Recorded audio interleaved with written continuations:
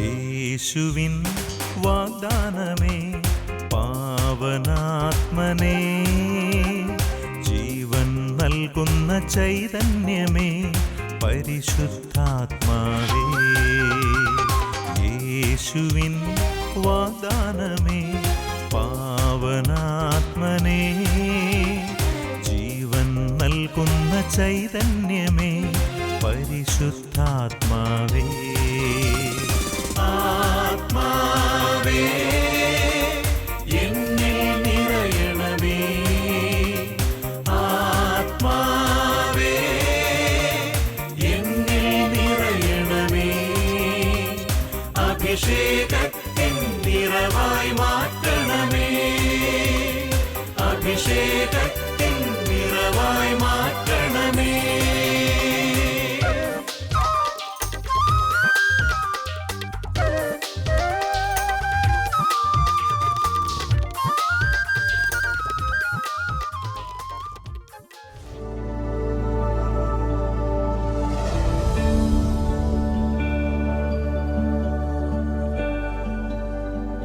Praise the Lord. Shema ഇസ്രായേലിലേക്ക് എല്ലാ മാന്യ പ്രേക്ഷകർക്കും സ്വാഗതം. കോറിന്തോസുകാർക്ക് എഴുതിയ 1-ാം ലേഖനം 3-ാം അധ്യായം 16-ാം വാക്യത്തിൽ വിശുദ്ധ പൗലോസ് ശ്ലീഹ ഇങ്ങനെ ചോദിക്കുന്നുണ്ട്: നിങ്ങൾ ദൈവത്തിൻ്റെ ആലയമാണെന്നും ദൈവാത്മാവ് നിങ്ങളിൽ വസിക്കുന്നുവെന്നും നിങ്ങൾ അറിയുന്നില്ലേ? നാം പാടി പ്രാർത്ഥിക്കാറുമുണ്ടല്ലോ, ദൈവത്തിൻ്റെ ആലയം അശുദ്ധമാക്കരുതേ, വിശുദ്ധിയില്ലാതെ ദൈവത്തെ കാണില്ല. ശരീരത്തിൻ്റെ വിശുദ്ധി കാത്തു സൂക്ഷിക്കേണ്ടതിൻ്റെ ആവശ്യകതയെക്കുറിച്ചൊക്കെ ചെറുപ്പം മുതൽ നാം എത്ര കേട്ടിരിക്കുന്നു. അപ്പോൾ അറിവില്ലാത്തത് കൊണ്ടല്ല, നമ്മുടെ സുഖങ്ങൾക്കും സന്തോഷങ്ങൾക്കും വേണ്ടി നാം സൗകര്യപൂർവ്വം മറക്കുകയാണ്. നമ്മുടെ ശരീരങ്ങളെ, ദൈവം നമുക്ക് ദാനമായി തന്ന നമ്മുടെ ശരീരങ്ങളെ വിശുദ്ധിയിൽ സൂക്ഷിക്കേണ്ടതിനെക്കുറിച്ച്, ആ വിശുദ്ധി എങ്ങനെ കാത്തു സൂക്ഷിക്കാമെന്നതിനെക്കുറിച്ച് നമുക്ക് പറഞ്ഞു തരികയാണ് ഇന്നത്തെ ഷേമ ഇസ്രായേൽ. ഇന്ന് നമ്മോട് വചനം പങ്കുവയ്ക്കുന്നത് കാരിസ്ബോൺ ഡയറക്ടർ റെവറൻഡ് ഫാദർ കുര്യൻ കാരിക്കലാണ്. ദൈവവചനത്തിനായി നമുക്ക് ഒരുങ്ങാം.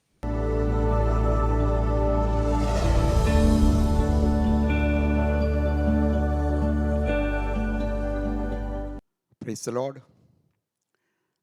ഇന്നത്തെ വചന വിരുന്നിലേക്ക് ഏവർക്കും സ്വാഗതം. നമ്മളിന്ന് ചിന്തിക്കുന്നത് ദൈവത്തിൻ്റെ വചനം നിഷ്കർഷിക്കുന്ന വളരെ പ്രധാനപ്പെട്ട ഒരു കാര്യമാണ്. നമ്മൾ നമ്മുടെ ശരീരത്തിന് ബലിയായി തീരരുത്, മറിച്ച് നമ്മുടെ ശരീരത്തെ ഒരു ബലിയാക്കി മാറ്റണം. ദൈവത്തിൻ്റെ വചനത്തിൻ്റെ വെളിച്ചത്തിൽ ഈ വിഷയത്തെക്കുറിച്ച് നമ്മൾ ചിന്തിക്കാൻ പോവുകയാണ്. നമ്മൾ കാണുന്നുണ്ട് യെശയ്യ 66-ാം അധ്യായത്തിൻ്റെ 2-ാമത്തെ വചനം പറയുന്നത്, ആത്മാവിൽ എളിമയും അനുതാപവും ഉണ്ടായിരിക്കുകയും കർത്താവിൻ്റെ വചനം കേൾക്കുമ്പോൾ വിറയ്ക്കുകയും ചെയ്യുന്നവരെ കർത്താവ് അനുഗ്രഹിക്കുന്നു. ഈ ഒരു മനോഭാവത്തോടെ, ഈ ഒരു അവസ്ഥയിൽ ദൈവത്തിൻ്റെ വചനം കേൾക്കുവാൻ ആഗ്രഹിച്ച് ദൈവത്തോട് നമുക്കൊന്ന് പ്രാർത്ഥിക്കാം. പിതാവേ, പരിശുദ്ധാത്മാവിനെ ഞങ്ങളുടെ മേൽ അയക്കണമേ. ജീവനുള്ള വചനം, ഇരുതല വാള് പോലെ മൂർച്ചയുള്ള അങ്ങയുടെ വചനം ഞങ്ങളുടെ ഹൃദയത്തെയും സന്ധിബന്ധങ്ങളെയും ഭേദിക്കുവാൻ ഇടവരുത്തണമേ. വചനം കേൾക്കുമ്പോൾ അത് ഞങ്ങളുടെ ജീവിതത്തിൽ മാനസാന്തരം സമ്മാനിക്കുവാൻ, ഞങ്ങളുടെ ജീവിതത്തിന് സൗഖ്യവും സമാധാനവും നൽകുവാൻ കർത്താവെ അവിടുന്ന് ഇടവരുത്തണമേ. ഞങ്ങളുടെ എല്ലാ അവസ്ഥകളെയും സ്വർഗത്തിലേക്ക് ഉയർത്തി അവിടുത്തെ സഹായം തേടി ഞങ്ങൾ പ്രാർത്ഥിക്കുന്നു. പരിശുദ്ധാത്മാവെ ഞങ്ങളിൽ വന്നിറയണമേ. ഹല്ലേലൂയ, ഹല്ലേലൂയ. യേശുവേ നന്ദി, യേശുവേ സ്തുതി. ഈശോ മിശിഹായ്ക്ക് സ്തുതിയായിരിക്കട്ടെ. പ്രിയപ്പെട്ടവരെ, നമ്മുടെ വിഷയത്തിലേക്ക് നമുക്ക് കടക്കാം. ദൈവത്തിൻ്റെ മക്കളായ നമ്മൾ നമ്മുടെ ശരീരത്തിന് ബലിയായി തീരേണ്ടവരല്ല, ശരീരത്തെ ബലിയാക്കി മാറ്റേണ്ടവരാണ്. ഹെബ്രായ ലേഖനം 10-ാം അധ്യായത്തിൻ്റെ 5 മുതലുള്ള വചനങ്ങളിൽ ഇക്കാര്യം വളരെ വ്യക്തമായി ദൈവം നമ്മളെ പഠിപ്പിക്കുന്നു. മറ്റു പല കാര്യങ്ങളിലും പലതും ചെയ്തിട്ട് ദൈവം പ്രസാദിക്കാതിരുന്ന സമയത്ത് ശരീരത്തെ ഒരു ബലിയാക്കി ദൈവത്തിന് അർപ്പിക്കുവാൻ മനസ്സ് വെച്ച് മുമ്പോട്ട് വന്ന സംഭവം. വീണ്ടും നമ്മൾ റോമാലേഖനം 12-ാം അധ്യായം 1-ാമത്തെ വചനം നമ്മളെ പഠിപ്പിക്കുന്നത് ഇക്കാര്യമാണ്. നിങ്ങളുടെ ശരീരത്തെ ഒരു സജീവ ബലിയായി ദൈവത്തിന് അർപ്പിക്കുക. അത് ദൈവത്തിന് പ്രീതികരമാണ്, സ്വീകാര്യമാണ്, നിങ്ങൾക്ക് അനുഗ്രഹം ലഭിക്കാനുള്ള ഏറ്റവും നല്ല മാർഗമാണ്. ഇവിടെ 2 തരത്തിലുള്ള ആളുകളെ ബൈബിളിൽ പോലും നമുക്ക് കണ്ടെത്താൻ സാധിക്കും. പല ബൈബിൾ കഥാപാത്രങ്ങളും ശരീരത്തിന് വേണ്ടി ജീവൻ ബലി കഴിച്ച, ശാരീരിക സുഖങ്ങൾക്ക് വേണ്ടി, ജഡിക അഭിലാഷങ്ങൾക്ക് വേണ്ടി ജീവൻ ബലി കഴിച്ച, ആത്മനാശം ഏറ്റെടുക്കേണ്ടി വന്ന വ്യക്തികളെക്കുറിച്ച് ബൈബിളിൽ നമുക്ക് കാണാൻ സാധിക്കും. 1 രാജാക്കന്മാർ 21-ാം അധ്യായത്തിൽ നമുക്കിതിന് ഒരു ഉദാഹരണം കാണാൻ സാധിക്കും. ആഹാബ് രാജാവ്, അദ്ദേഹത്തെക്കുറിച്ച് ഏലിയ പ്രവാചകൻ വിളിച്ചു പറഞ്ഞൊരു കാര്യമുണ്ട്. നിന്റെ ശരീരാഭിലാഷങ്ങളെ സാധിച്ചെടുക്കേണ്ടതിന്, നിന്റെ ഭാര്യയെ പ്രീതിപ്പെടുത്തേണ്ടതിന് നീ നിന്നെ തന്നെ വിൽക്കാൻ പോലും തയ്യാറായവനാണ്. ശരീരസുഖത്തിന് വേണ്ടി ബലിയാടായി തീർന്ന ഒരു വ്യക്തിയായി ആഹാബ് രാജാവിനെ എടുത്തു കാണിച്ചിരിക്കുന്നത് കാണാൻ സാധിക്കും. എന്നാൽ നമ്മൾ പല വിശുദ്ധരെക്കുറിച്ച് ചിന്തിക്കുന്നുണ്ട്, രക്തസാക്ഷികളെക്കുറിച്ച് ചിന്തിക്കുന്നുണ്ട്. നമ്മെ ചെറുപ്പത്തിൽ തന്നെ രക്തസാക്ഷിത്വം ഏറ്റെടുത്ത പല വിശുദ്ധരെക്കുറിച്ചും നമുക്ക് സഭയിൽ കാണാൻ സാധിക്കും. അവരൊക്കെ അവരുടെ ശരീരം ദൈവത്തിന് ബലിയായി സമർപ്പിച്ചവരാണ്. ഇതാണ് ദൈവം ഓരോ ക്രിസ്ത്യാനിയിൽ നിന്നും ആവശ്യപ്പെടുന്ന കാര്യം. നമുക്കിതിൻ്റെ വെളിച്ചത്തിൽ ഒരു 5 പ്രധാനപ്പെട്ട കാര്യങ്ങൾ ചിന്തിക്കാം. ഒന്നാമതായിട്ട്, നമ്മുടെ ശരീരത്തിൻ്റെ ലക്ഷ്യം എന്താണ് എന്ന് ദൈവത്തിൻ്റെ വചനം നമ്മെ പഠിപ്പിക്കുന്നുണ്ട്. എന്തിനു വേണ്ടിയാണ് ഈ ശരീരം ദൈവം നമുക്ക് നൽകിയിരിക്കുന്നത്? നമുക്ക് കാണാൻ സാധിക്കും. 1 കൊറിന്തോസ് 6-ാം അധ്യായത്തിൻ്റെ 13-ാമത്തെ വചനം വായിച്ചാൽ, ശരീരം ദുർവൃത്തിക്ക് വേണ്ടിയുള്ളതല്ല, പ്രത്യുത ശരീരം കർത്താവിനും കർത്താവ് ശരീരത്തിനും വേണ്ടിയുള്ളതാണ്. ഈ അധ്യായം തുടർന്ന് വായിക്കുമ്പോൾ ദൈവത്തിൻ്റെ വചനം നമ്മെ ഓർമ്മിപ്പിക്കുന്നുണ്ട്, നമ്മുടെ ശരീരം ഒരു ദേവാലയമായിരിക്കണം. ദൈവം വസിക്കുന്ന ആലയമായി തീരേണ്ടതാണ് നമ്മുടെ ശരീരം. ഈ ദേവാലയത്തെ നശിപ്പിച്ചാൽ ദൈവം നമ്മെ നശിപ്പിക്കുമെന്നാണ് പൗലോസ് അപ്പോസ്തലൻ വളരെ വ്യക്തമായി നമ്മളെ പഠിപ്പിക്കുക. പ്രിയപ്പെട്ടവരെ, ശരീരം നമ്മുടെ ഈ ലോകത്ത് കുറേ സുഖങ്ങൾ നേടിയെടുത്ത് ആ ജഡിക അഭിലാഷങ്ങളിൽ മുഴുകി കഴിയാൻ വേണ്ടി ഉള്ളതല്ല. അതിനേക്കാൾ ദൈവത്തിൻ്റെ ആത്മാവ് നമ്മളിൽ വസിക്കുകയും ദൈവത്തിൻ്റെ സാന്നിധ്യം നമ്മൾ അനുഭവിച്ച് നമ്മുടെ ശരീരത്തെ വിശുദ്ധമായി കാത്തു സൂക്ഷിക്കാൻ നമുക്ക് സാധിക്കുകയും ചെയ്യണം. അതാണ് ദൈവവചനം നമ്മെ ഓർമ്മിപ്പിക്കുന്നത്. രണ്ടാമതായിട്ട് നമ്മൾ മനസ്സിലാക്കിയിരിക്കേണ്ട ഒരു കാര്യം, പാപം നമ്മുടെ ശരീരത്തിൽ ഭരണം നടത്താതിരിക്കാൻ നമ്മൾ പ്രത്യേകം ശ്രദ്ധിക്കണം. പൗലോസ്ലീഹ ഇക്കാര്യം അടിവരയിട്ട് നമ്മളെ പഠിപ്പിക്കുന്ന രംഗങ്ങൾ കാണാൻ സാധിക്കും. റോമാലേഖനം അതിൻ്റെ 6-ാം അധ്യായത്തിൻ്റെ 12 മുതലുള്ള വചനങ്ങൾ വായിച്ചാൽ ഇക്കാര്യം വളരെ വ്യക്തമായിട്ട് അവിടെ പറഞ്ഞിട്ടുണ്ട്. പാപം നമ്മുടെ ശരീരത്തിൽ ഭരണം നടത്തരുത്.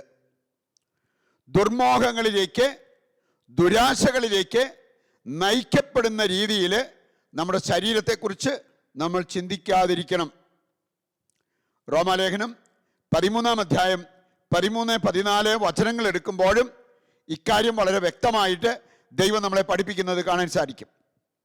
നമ്മുടെ ശരീരത്തെ പാപം ഭരിക്കരുത്. നമ്മുടെ ശരീരത്തെ പാപത്തിന് നമ്മൾ അടിമകളാക്കരുത്. അതിനു പകരം നമ്മുടെ ശരീരത്തെ വിശുദ്ധിയിൽ കാത്തു സൂക്ഷിച്ച് ദൈവം വസിക്കുന്ന ഒരാലയമായിട്ട് ആ ശരീരത്തെ കാണുവാൻ നമുക്ക് സാധിക്കണമെന്ന്. പ്രിയപ്പെട്ടവരെ, അങ്ങേയറ്റം ശ്രദ്ധാപൂർവം നമ്മുടെ ജീവിതത്തിൽ മുമ്പോട്ട് പോകുന്നില്ല എങ്കിൽ പാപം നമ്മുടെ ശരീരത്തിൽ ഭരണം നടത്തുന്ന അവസ്ഥയുണ്ടാകാം. അത് വരാതിരിക്കാൻ നമ്മൾ ദിവസവും ശ്രദ്ധയുള്ളവരായിരിക്കണം. ദൈവത്തിൻ്റെ വചനമനുസരിച്ച് ജീവിക്കുവാനുള്ള ആ ഒരു തീരുമാനം എപ്പോഴും നമ്മുടെ ഭാഗത്തു നിന്നും ഉണ്ടായിരിക്കണം. മൂന്നാമതായിട്ട് നമ്മൾ ഓർത്തിരിക്കേണ്ട ഒരു കാര്യം, നമ്മുടെ ശരീരം ഭക്ഷണത്തെക്കാളും വസ്ത്രത്തെക്കാളും വിലപ്പെട്ടതാണ്. ഭക്ഷണത്തിനും വസ്ത്രത്തിനും കൊടുക്കുന്ന പ്രാധാന്യത്തെക്കാൾ നമ്മുടെ ശരീരത്തിൻ്റെ ആരോഗ്യവും നന്മയും കാത്തു സൂക്ഷിക്കാൻ നമ്മൾ പഠിച്ചിരിക്കണം. അതോടൊപ്പം മത്തായിയുടെ സുവിശേഷം 6-ാം അധ്യായത്തിൻ്റെ 5-ാം അധ്യായത്തിൻ്റെ 29-30 വചനങ്ങൾ വായിക്കുമ്പോൾ അവിടെ പറഞ്ഞിരിക്കുന്ന ഒരു കാര്യം, ആത്മാവിന് ശരീരത്തെക്കാൾ പ്രാധാന്യം കൊടുക്കാൻ നമ്മൾ പഠിച്ചിരിക്കണം. അതുകൊണ്ടാണ് അവിടെ പറഞ്ഞിരിക്കുന്നത്, ശരീരത്തിലെ ഒരു ഭാഗം നഷ്ടപ്പെടേണ്ടി വന്നാലും, നമ്മുടെ ശരീരം മുഴുവൻ അഗ്നിയിലേക്ക് എറിയപ്പെട്ടാലും അത് ആത്മാവിൻ്റെ രക്ഷയ്ക്ക് വേണ്ടിയാണെങ്കിൽ ഒരു നഷ്ടമല്ല. അപ്പം അതുകൊണ്ട് ഭക്ഷണത്തെക്കാളും വസ്ത്രത്തെക്കാളും ശരീരത്തെ വിലയുള്ളതായി കാണണം. അതോടൊപ്പം നമ്മുടെ ആത്മാവിനെ ശരീരത്തെക്കാൾ വിലയുള്ളതായി കാണാൻ നമുക്ക് സാധിക്കണമെന്ന്. ഈ കാര്യങ്ങൾ നമ്മുടെ ചിന്തകളെ മാത്രമല്ല, നമ്മുടെ ജീവിതത്തെ പോലും നയിക്കുന്ന ആ ഒരവസ്ഥയിലേക്ക് കടന്നു വരണം. വീണ്ടും പ്രിയപ്പെട്ടവരെ, നമ്മൾ ശ്രദ്ധിക്കുന്നില്ലെങ്കിൽ നമ്മുടെ ശരീരം നമ്മളെ ഭരിക്കുന്ന അവസ്ഥ ഉണ്ടാകും എന്നുള്ളത് ദൈവത്തിൻ്റെ വചനം വ്യക്തമായിട്ട് നമ്മളെ പഠിപ്പിക്കുന്നതാണ്.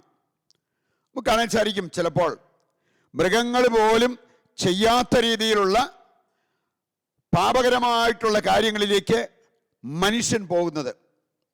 മാലാഖമാർക്ക് തൊട്ടുതാഴെയായി സൃഷ്ടിക്കപ്പെട്ട മനുഷ്യൻ, വിശുദ്ധിയും അതുപോലെ തന്നെ ആ മഹത്വവും കാത്തു സൂക്ഷിക്കേണ്ട മനുഷ്യൻ മൃഗങ്ങളെക്കാൾ തരം താഴ്ന്ന രീതിയിൽ പ്രവർത്തിക്കുന്ന, പാപത്തിൽ മുഴുകുന്ന സാഹചര്യങ്ങൾ പോലും ഉണ്ടാകാം.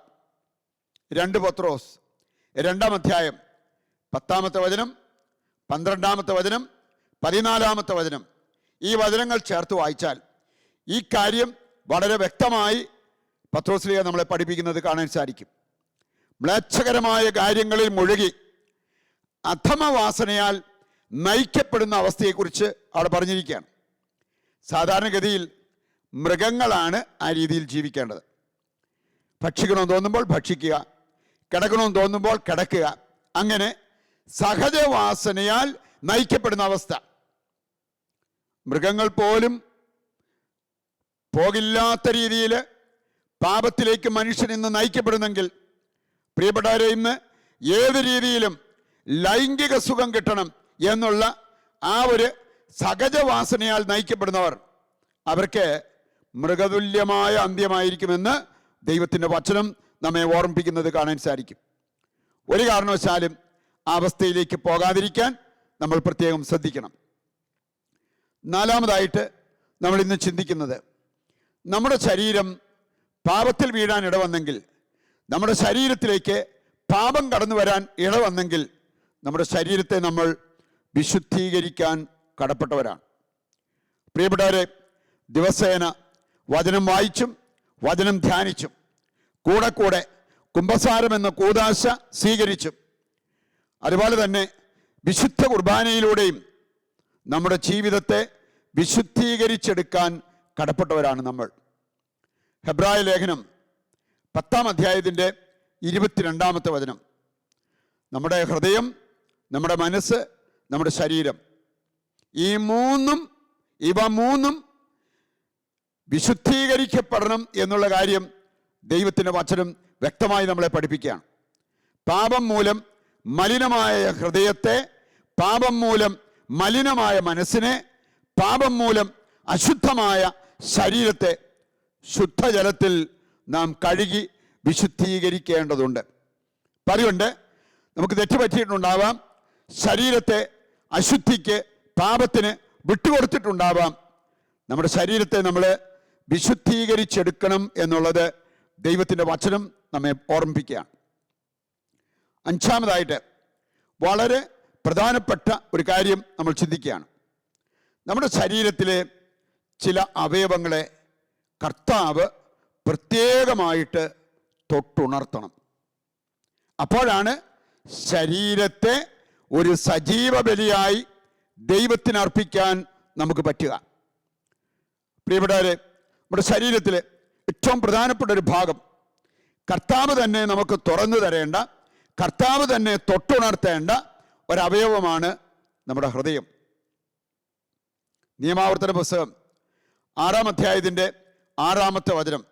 നമ്മൾ കേൾക്കുന്ന വചനങ്ങളെല്ലാം പോയി സ്ഥാനം പിടിക്കേണ്ടത് നമ്മുടെ ഹൃദയത്തിലാണ്. നമ്മൾ വചനം കേൾക്കുമ്പോൾ ആ വചനം മനസ്സിലാക്കി അത് സൂക്ഷിക്കേണ്ടത് നമ്മുടെ ഹൃദയത്തിലാണ്.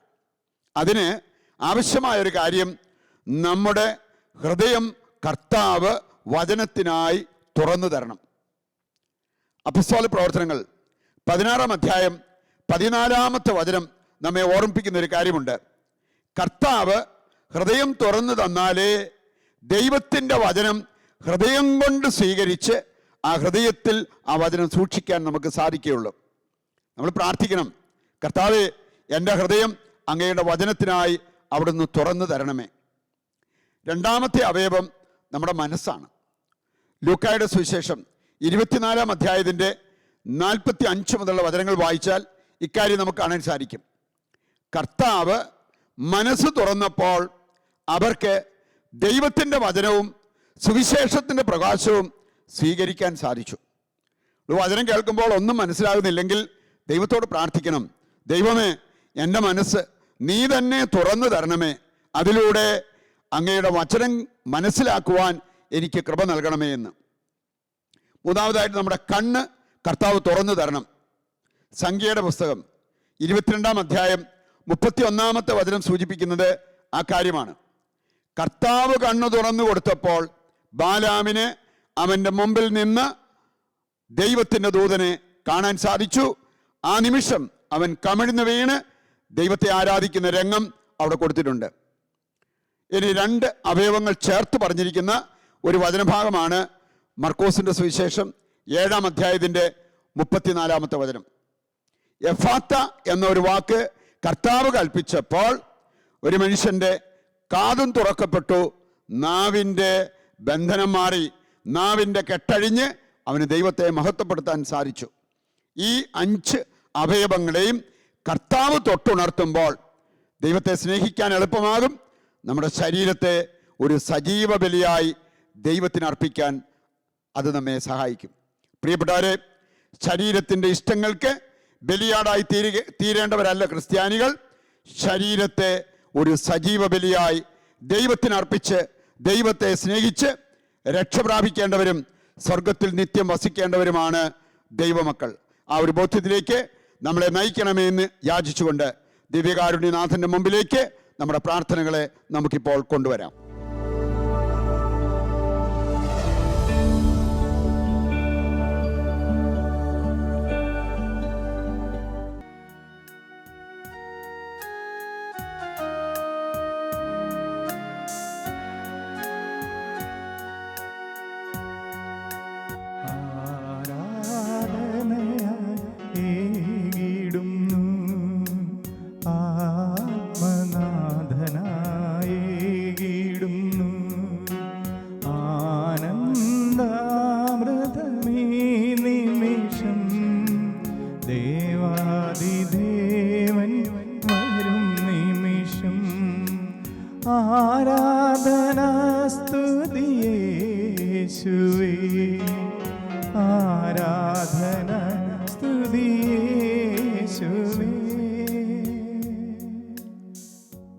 പ്രിയപ്പെട്ടവരെ, അതിവിശിഷ്ടമായ ആരാധനയുടെ സമയത്തിലൂടെ നമ്മളിപ്പോൾ കടന്നു പോവുകയാണ്.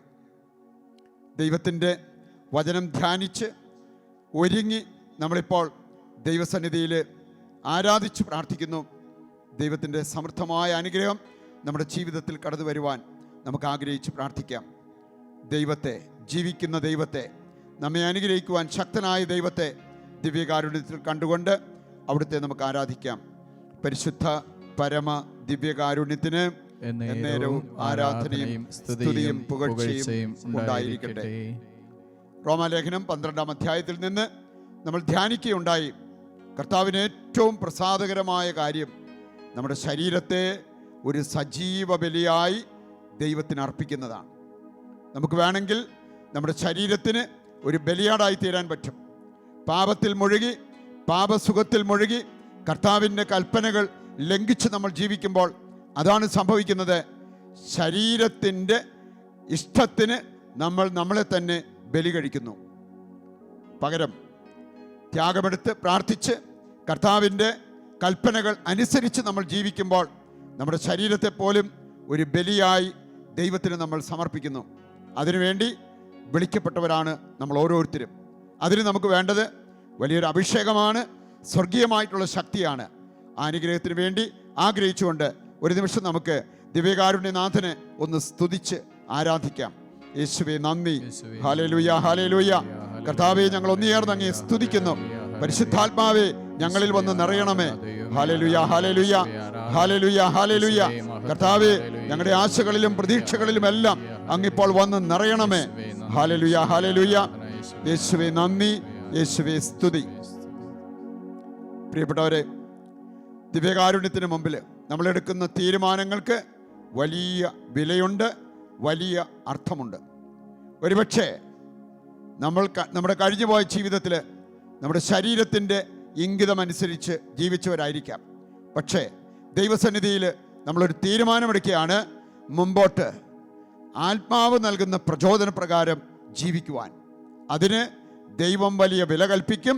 അതിൻ്റെ ഫലമായി തന്നെ ആത്മീയ വരങ്ങളും ഭൗതികമായ നേട്ടങ്ങളും കർത്താവ് നമ്മുടെ ജീവിതത്തിലേക്ക് അയച്ചു തരും.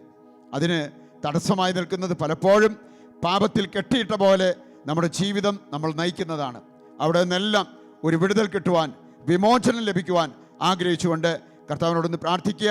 വൈദികരായ ഞങ്ങൾ പൗരോഹിത്യത്തിൻ്റെ അധികാരത്തിന് കീഴിൽ നിന്നുകൊണ്ട് നിങ്ങൾക്ക് വേണ്ടി പ്രത്യേകം പ്രാർത്ഥിക്കുന്ന സമയമാണ്. നിങ്ങളുടെ എല്ലാ അവസ്ഥകളും, പ്രത്യേകിച്ച് ദൈവത്തിൻ്റെ കൽപ്പനകൾ അനുസരിച്ച് ദൈവത്തെ സ്നേഹിച്ച് ജീവിക്കുന്നതിന് തടസ്സമായി നിൽക്കുന്ന പാപത്തിൻ്റെ സകല ബന്ധനങ്ങൾ അഴിയുവാൻ ആഗ്രഹിച്ച് പ്രാർത്ഥിക്കട്ടെ. കർത്താവേ, കാരുണ്യവാനായ ദൈവമേ, അങ്ങയുടെ കരങ്ങളിലേക്ക് ഇവരെ ഓരോരുത്തരെയും സമർപ്പിച്ച് ഞങ്ങളിപ്പോൾ പ്രാർത്ഥിക്കുന്നു. പൗരോഹിത്യത്തിൻ്റെ അധികാരത്തിന് കീഴിൽ നിന്നുകൊണ്ട് ഈ മക്കൾക്ക് വേണ്ടി പ്രാർത്ഥിക്കുന്നു. കർത്താവേ, പാപജീവിതത്തോട് വിട പറയുവാനും വിശുദ്ധ ജീവിതം നയിച്ച് അങ്ങയെ പ്രസാദിപ്പിക്കുവാനും ഞങ്ങളുടെ ശരീരം തന്നെ ഒരു ബലിയായി അങ്ങേക്ക് അർപ്പിച്ച് മുമ്പോട്ട് പോകുവാനും ഞങ്ങളെ അഭിഷേകം ചെയ്ത് ഉയർത്തണമേ. അതിനായി കർത്താവേ, അങ്ങയുടെ കരം നീട്ടി ഞങ്ങളെ അനുഗ്രഹിക്കുകയും ആശീർവദിക്കുകയും ചെയ്യണമേ. പ്രിയപ്പെട്ടവരെ, പൗരോഹിത്യത്തിൻ്റെ അധികാരത്തിന് കീഴിൽ നിന്നുകൊണ്ട് നിങ്ങളുടെ ശരീരത്തിൻ്റെയും മനസ്സിൻ്റെയും ആത്മാവിൻ്റെയും സകല കെട്ടുകളും അഴിച്ച് നിങ്ങൾക്ക് വിമോചനവും വിശുദ്ധീകരണവും സൗഖ്യവും നൽകുന്നു. പിതാവിൻ്റെയും പുത്രൻ്റെയും പരിശുദ്ധാത്മാവിൻ്റെയും നാമത്തിൽ ആമേൻ. നമുക്ക് ശിരസ് നമിക്കാം.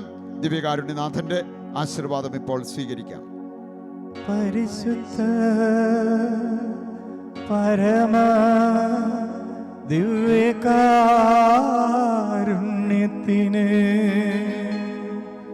എന്നേരവും സ്തുതിയും പുകഴ്ചയും ഉണ്ടായിരിക്കട്ടെ.